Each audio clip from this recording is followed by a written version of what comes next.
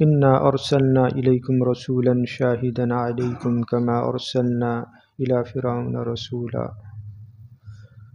فعصى فرعون الرسول فأخذناه أخذا وبيلا فكيف تتقون إن كفرتم يوما يجعل الولدان شيبا السماء منفطر به كان وعده مفعولا إن هذه تذكرة فمن شاء اتخذ إلى ربه سبيلا صدق اللہ العظیم۔ سورہ مزمل آیت نمبر 15 سے آیت نمبر 19 تک ان آیات کے ترجمہ اور تفسیر پر مبنی ہے آج کا درس قرآن۔ اور آیت نمبر 19 پر سورہ مزمل کا پہلا رکوع جو ہے یہ مکمل ہو جاتا ہے۔ اس کے بعد آخری رکوع اور آخری آیت ہے، یعنی جو آخری آیت ہے وہ ایک رکوع پر جو ہے وہ مبنی ہے۔ اللہ تعالیٰ نے 6 خصوصیات بیان فرمائیں کہ انقلاب لانے سے پہلے انفرادی طور پر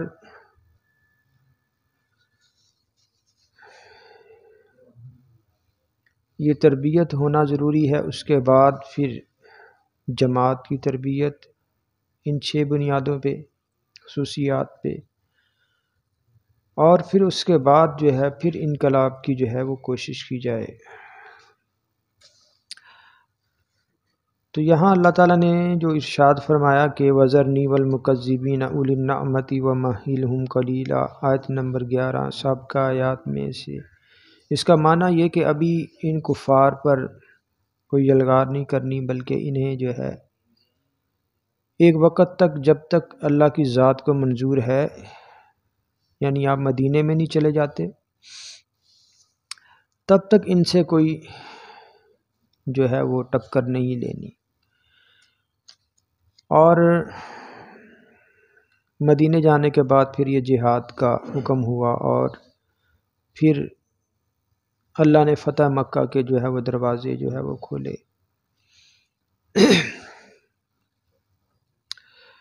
عقیدہ رسالت بیان کرتے ہوئے اللہ تعالیٰ نے حضور نبی کریم صلی اللہ علیہ وسلم کو آج کی آیات میں حضرت موسیٰ علیہ السلام اور حضور نبی کریم صلی اللہ علیہ وسلم کی جو ہے وہ مماثلت بیان فرمائی۔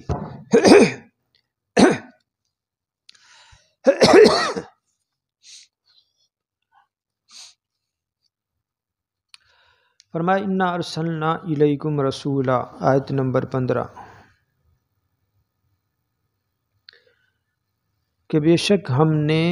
بھیجا تمہاری طرف ایک رسول، یعنی اہل مکہ اور عرب کی طرف جو ہے اللہ نے ایک رسول جو ہے وہ بھیجا، حضور نبی کریم خاتم النبیین صلی اللہ علیہ وسلم کی صورت میں۔ شاہدن علیکم، جو تم پر گواہ ہے، کما ارسلنا الی فرعون رسولا، جیسا کہ ہم نے بھیجا فرعون کی طرف ایک رسول۔ اب 7 لاکھ انبیاء میں سے اللہ تعالیٰ نے حضور نبی کریم صلی اللہ علیہ وسلم کی نبوت اور رسالت اور بعثت کو بیان کرتے ہوئے حضرت موسیٰ علیہ السلام کی نبوت اور رسالت کے ساتھ اللہ نے مماثلت جو ہے وہ بیان فرمائی۔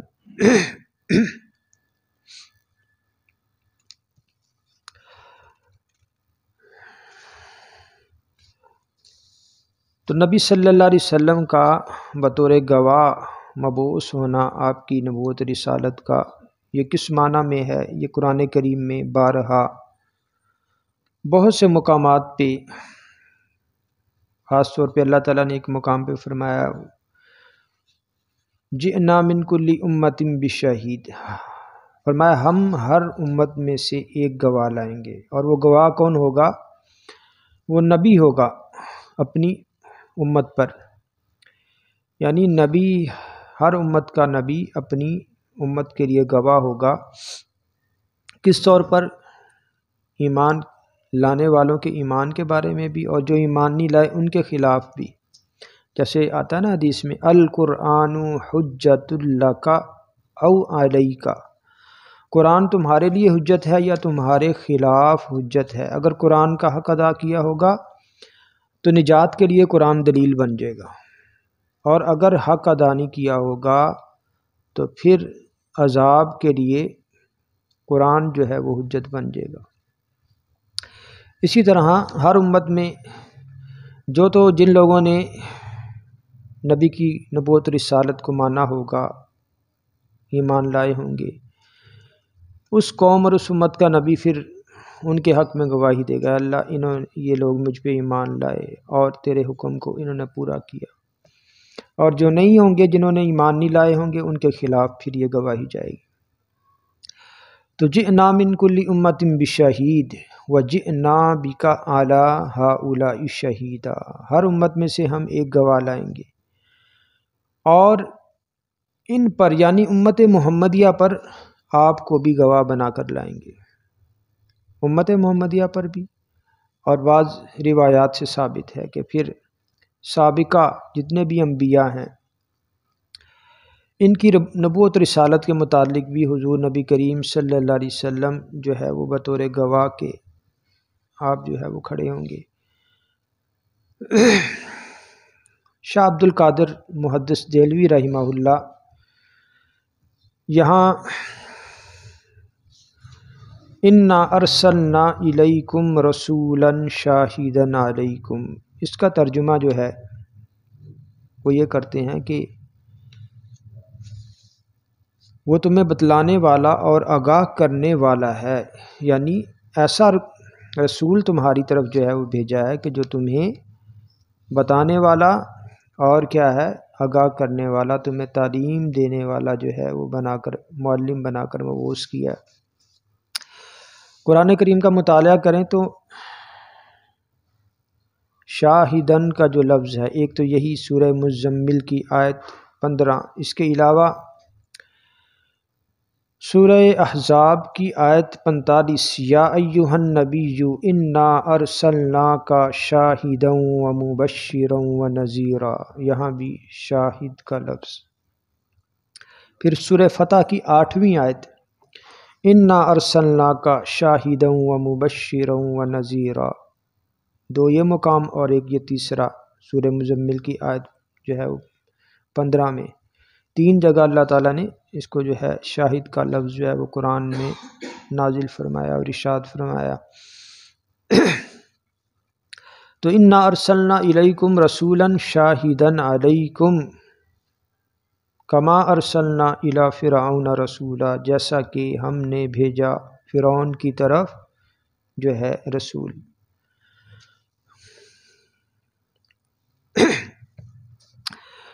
اب 1.25 لاکھ انبیاء میں سے اللہ تعالیٰ نے حضور نبی کریم صلی اللہ علیہ وسلم کی نبوت رسالت اور بعثت کو بیان کرتے ہوئے مماثلت حضرت موسیٰ علیہ السلام کی نبوت رسالت کے ساتھ دی۔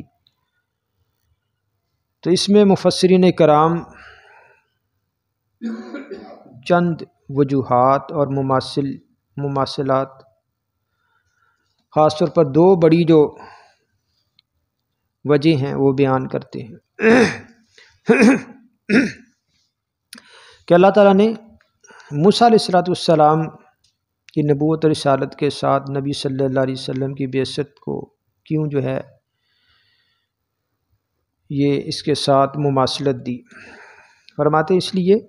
کہ نبی علیہ السلام اور حضرت موسیٰ علیہ السلام کے حالات آپس میں ملتے جلتے ہیں۔ وہ کیسے آپس میں ملتے جلتے ہیں؟ ایک تو یہ کہ حضور نبی کریم صلی اللہ علیہ وسلم کی طرح حضرت موسیٰ علیہ السلام بھی 2 قوموں کی طرف آپ جو ہے وہ نبی بنا کر بھیجے گئے۔ ایک قبطی قوم جو فرعون کی تھی، اور ایک دوسری کون سی تھی، وہ بنی اسرائیل۔ قبطی قوم اور بنی اسرائیل۔ ایسے ہی مفسرین کرام فرماتے کہ نبی علیہ الصلوۃ والسلام کی بھی دو حیثیتیں ہیں۔ خاص طور پر شاہ ولی اللہ محدث دہلوی اس بارے میں فرماتے ہیں کہ حضور نبی کریم صلی اللہ علیہ وسلم ایک حیثیت سے قومی نبی ہیں، جیسے قرآن نے خود فرمایا کہ وما ارسلنا من نبی الا بلسان قومہ، اور اسی طرح یعنی ہر نبی کو اس کی قوم کی زبان میں اللہ نے جو ہے وہ احکام دے کے بھیجا، اور اس قوم کی زبان میں ہی وہ نبی آئے۔ دوسرا فرمایا کہ قل یا ایھا الناس انی رسول اللہ الیکم جمیعا۔ ایک حیثیت سے نبی صلی اللہ علیہ وسلم قومی نبی، اور ایک حیثیت سے حضور نبی کریم صلی اللہ علیہ وسلم کی نبوت اور رسالت یہ عالمگیر ہے، بین الاقوامی نبی ہیں۔ آپ کی حیثیت نبوت کی وہ بین الاقوامی، قرآن خود اس بارے میں گواہ ہے کہ قل یا ایھا الناس انی رسول اللہ الیکم جمیعا، پہلی آیت سے قومی نبی، اور اس آیت مبارکہ سے ظاہر ہو رہا ہے کہ آپ علیہ الصلوۃ والسلام کی نبی صلی اللہ علیہ وسلم کی نبوت اور رسالت کیا ہے، یہ بین الاقوامی ہے۔ اور اسی طرح ایک اور جگہ پہ اللہ تعالیٰ فرما رہے وما ارسلناک الا کافۃ للناس بشیرا ونذیرا، کہ ہم نے آپ کو تمام انسانوں کے لیے خوشخبری سنانے والا اور ڈر سنانے والا جو ہے بنا کر بھیجا ہے، مبعوث فرمایا ہے۔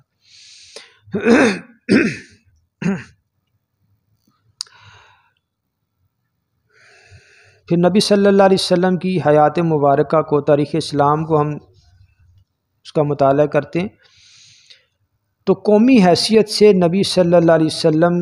ہی کے دور میں انقلاب برپا ہو گیا، مکہ فتح ہوا، اور جو بین الاقوامی حیثیت نبی صلی اللہ علیہ وسلم کی، یہ پھر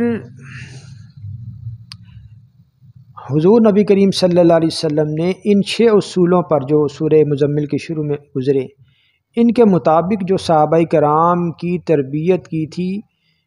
یہ پھر کیسر و کسریٰ، ایران اور دیگر جو ریاستیں ہیں عرب کے باہر کی، یہ کیا صحابہ کرام رضوان اللہ تعالی علیہم اجمعین کے دور میں یہ ساری فتوحات جو ہیں وہ حاصل ہوئی۔ تو اللہ تعالیٰ نے قومی سطح پر بھی اللہ کو اپنے نبی کو فتح عطا فرمائی، اور پھر بین الاقوامی طور پر بھی صحابہ کرام رضوان اللہ تعالی علیہم اجمعین، جو کہ حضور نبی کریم صلی اللہ علیہ وسلم کے کیا تھے،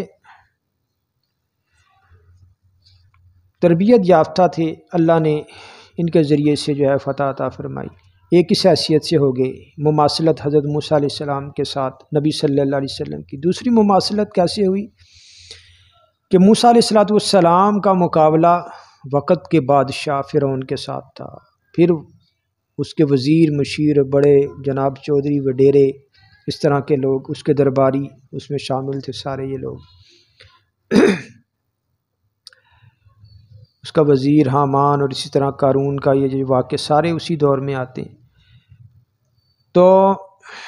اسی طرح حضور نبی کریم صلی اللہ علیہ وسلم کے دور میں بھی بڑے بڑے بادشاہ تھے، کیسر و کسریٰ، پھر جناب سردار ابو جہل، ابو لہب، اور بڑے بڑے جناب عتبہ، شیبہ، پھر بڑے بڑے مالدار۔ اس اعتبار سے بھی حضور نبی کریم صلی اللہ علیہ وسلم کو اللہ تعالیٰ نے حضرت موسیٰ علیہ السلام کے سے جو ہے وہ تشبیہ جو ہے دی، مماثلت دی۔ تو فرمایا کہ انا ارسلنا الیکم رسولا شاہدا علیکم کما ارسلنا الی فرعون رسولا، یعنی یہ 2 بڑی وجوہات میں نے بیان کر دی کہ ان وجوہات کی بنا پہ اللہ تعالیٰ نے حضور نبی کریم صلی اللہ علیہ وسلم اور حضرت موسیٰ علیہ السلام کی نبوت رسالت کو جو ہے وہ اکٹھے بیان کیا، اور کیونکہ ان کے حالات جو ہیں وہ ملتے جلتے ہیں۔ فعصى فرعون الرسول فأخذناه أخذا وبيلا، فرمایا کہ فرعون نے رسول کی نافرمانی کی، فرعون نے رسول کی نافرمانی کی۔ فعصى فرعون الرسول، نافرمانی کی فرعون نے رسول کی۔ فَأَخَذْنَاهُ أَخْذًا وَبِيلًا، پس ہم نے پکڑا اس کو وبال والا پکڑنا، یعنی شدید اس کی پکڑ کی، وبال والی پکڑ کی۔ تو اس بارے میں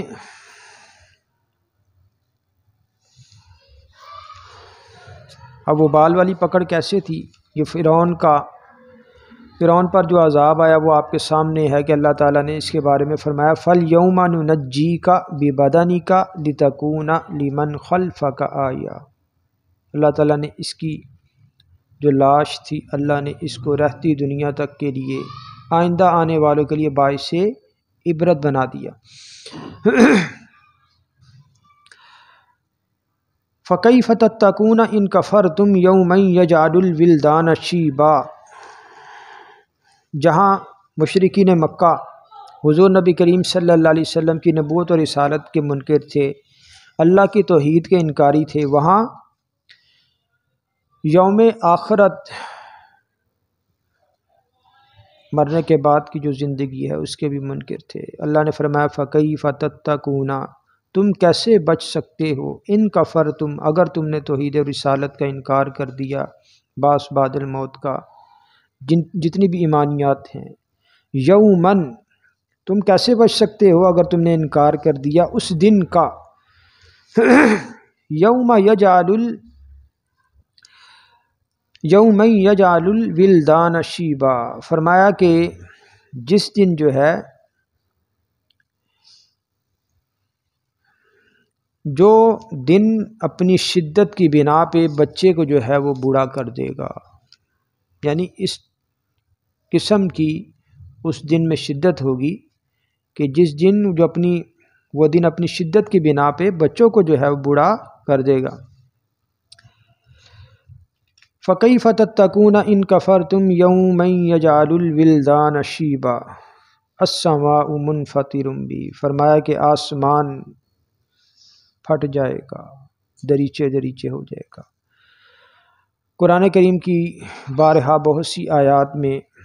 اللہ تعالیٰ نے اس کو بیان فرمایا، اِذَا السَّمَاءُ انفطرت وَإِذَا الْكَوَاكِبُ انتثرت، سورہ انفطار اسی سے شروع ہو رہی، اِذَا السَّمَاءُ انفطرت، کان وعدہ مفعولا، فرمایا تیرے رب کا جو اللہ کا جو وعدہ ہے وہ کیا ہو کر رہے گا۔ ان ھذہ تذکرہ، فرمایا کہ یہ نصیحت کی جو ہے وہ باتیں ہیں، یہ کیا ہے، نصیحت کی باتیں ہیں۔ اب ایک حدیث میں آتا ہے کہ حضور نبی کریم صلی اللہ علیہ وسلم نے ارشاد فرمایا قیامت کے دن اللہ تعالیٰ آدم علیہ السلام کو جو ہے طلب کریں گے اور انہیں ارشاد فرمائیں گے، جب اللہ تعالیٰ انہیں آواز دیں گے پکاریں گے تو یہ کہیں گے لبیک، اے اللہ میں حاضر ہوں۔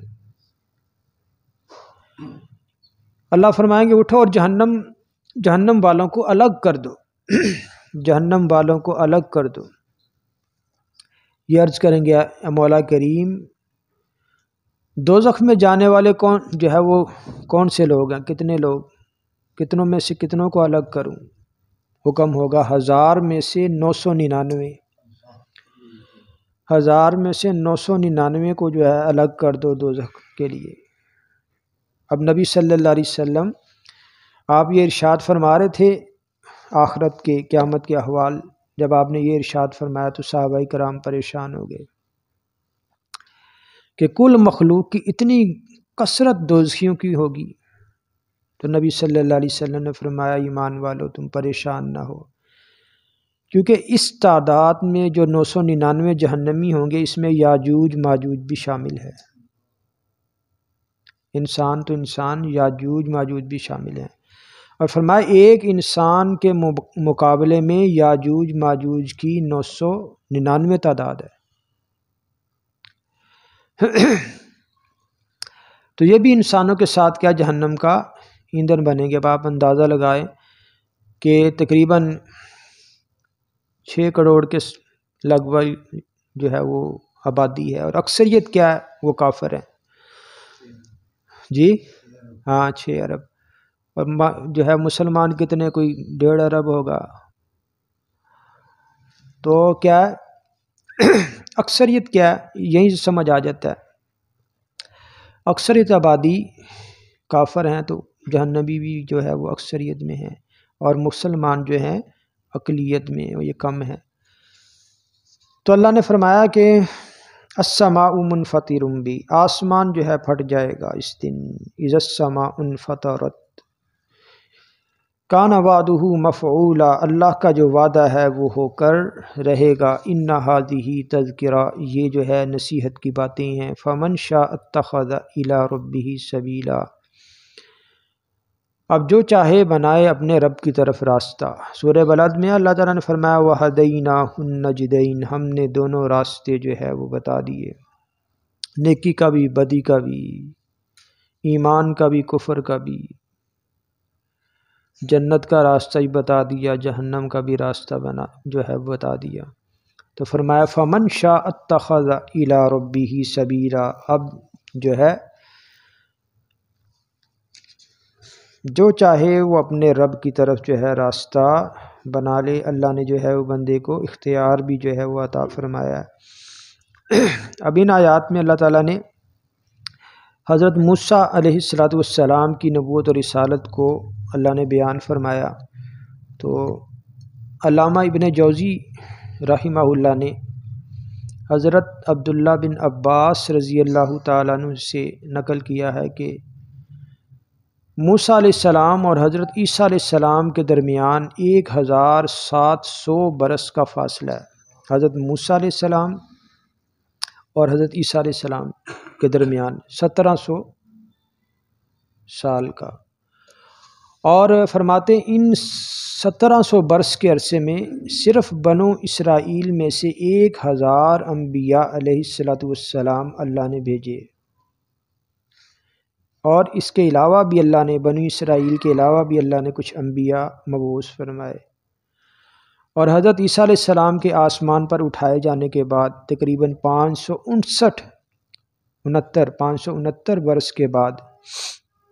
حضور نبی صلی اللہ علیہ وسلم کی بعثت ہوئی، حضرت عیسیٰ علیہ السلام کے 569 سال کے بعد حضور صلی اللہ علیہ وسلم کی بعثت ہوئی، اور فرماتے 569 سال کے عرصے میں صرف 3 انبیاء علیہ السلام مبعوث ہوئے، اس کے بعد 480 سال ایسے گزرے ہیں نبی صلی اللہ علیہ وسلم سے پہلے کہ وہ کوئی جو ہے وہ نبی اللہ نے نازل جو ہے وہ نہیں بھیجا، مبعوث نہیں فرمایا، اور پھر آخر میں حضور خاتم النبیین صلی اللہ علیہ وسلم کو اللہ نے دنیا میں بھیجا، اور نبی صلی اللہ علیہ وسلم نے فرمایا کہ میں اور قیامت ایسی ہیں جیسے یہ 2 انگلیاں جو ہیں وہ قریب ہیں، ایسے قیامت جو ہے وہ بالکل جو ہے قریب ہے، فرمایا کہ میں آخری نبی اور تم جو ہے آخری امت ہو۔ تو اللہ تعالی ہمیں حضور نبی کریم صلی اللہ علیہ وسلم کے فرامین، آپ کی سنتوں پر اللہ عمل کرنے کی اور قرآن کو سمجھنے کی جو ہے اللہ توفیق عطا فرمائے۔ الحمدللہ پہلا رکوع سورہ مزمل کا مکمل ہو گیا، آئندہ انشاءاللہ اب یہ 1 رکوع ہے اور 1 آیت ہے، لیکن انشاءاللہ اس کو 2 حصوں میں کر کے اس کو جو ہے اس کو مکمل کریں گے۔ اب کل 30 جنوری ہے، اور کل سے وفاق المدارس العربیہ کے جو ہے وہ مدارس میں امتحانات بھی ہو رہے ہیں وفاق کے، تو 1 ہفتہ وہاں پہ ذرا مصروفیت رہے گی، درس جو ہے وہ نہیں ہوگا، منگل سے اگلی منگل تک 1 ہفتہ درس کی جو ہے وہ چھٹی، کیونکہ ظہر کے وقت اب وہ کچھ ٹائمنگ انہوں نے اس طرح سے رکھ دی ہے، صبح 9 سے 1 بجے تک پرچہ، اسی طرح آج کل اسکولوں کی بھی یہی ترتیب ہے، 9 بجے اسکول کھل رہے ہیں اور 1 بجے 2-3 بجے چھٹی ہوتی ہے۔ تو اس دعا کے ساتھ کہ اللہ تعالیٰ مدارس دینیہ کے جو طلباء ہیں اللہ انہیں کامیابی عطا فرمائے، اور اللہ دین پڑھنے پڑھانے والوں کو ان کے راستے میں جتنی بھی رکاوٹیں ہیں اللہ وہ تمام رکاوٹیں دور فرمائے۔ اللہ تعالیٰ ہمیں قرآن کریم کے تمام حقوق، اس پر ایمان، اس کی تلاوت، اس کا سمجھنا، اس پر عمل کرنا، اور اللہ قرآن کو آگے پھیلانے کی ہم سب کو توفیق عطا فرمائے۔ الحمدللہ رب العالمین والصلاة والسلام علی رسولہ النبی الکریم۔ یا ارحم الراحمین، ہمیں قرآن کو پڑھنے، سمجھنے اور اس پر عمل کرنے کی توفیق عطا فرما۔ یا ارحم الراحمین، حاضرین مجلس کی جتنی بھی جائز حاجات ہیں، خواہشات ہیں، ضروریات ہیں، اے اللہ اپنے پاک کلام اور اپنے حبیب کے صدقے وسیلے سے ان کی تمام حاجات کو پورا فرما۔ وصلی اللہ تعالی علی خیر خلقہ محمد وعلی آلہ وصحبہ اجمعین، آمین آمین۔